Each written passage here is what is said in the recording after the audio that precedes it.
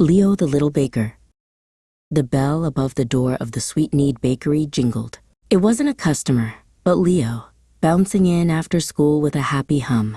The warm air, thick with the smell of cinnamon and fresh bread, always made his tummy rumble with joy. His Papa Otto stood by the counter, a little frown on his face as he looked at a very long list. "What's wrong, Papa?"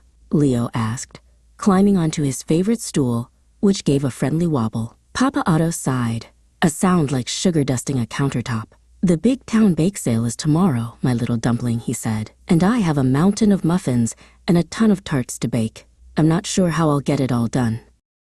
Leo puffed out his chest. "I can help," he announced with a big voice. "I'll be your head baker's assistant." Papa Otto's frown melted into a warm smile. "My head assistant?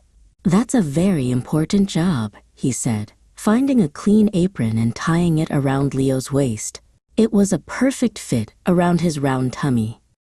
"All right, head assistant," Papa Otto said with a twinkle in his eye. "Your mission is to make my famous sunshine lemon tarts." He opened a big, old recipe book. Leo's eyes went wide, and his mouth watered just looking at the picture of a perfect, sunny yellow tart. First, Leo had to measure the flour and sugar.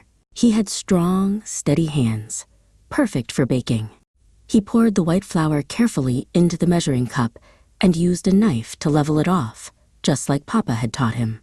Not one speck too much or too little. Next came the eggs. Tap, tap, crack. He remembered Papa's secret, a quick, confident tap. He opened the shell perfectly, and the yellow yolk plopped into the bowl with no crunchy bits. He did it 4 times, perfectly. He felt very proud. Then it was time for the sunshine. Leo rolled the bright yellow lemons on the counter, pressing down hard. "To wake up the juice," he whispered. He used his strong arms to squeeze them with all his might, and the sour, sunny juice trickled into a measuring cup.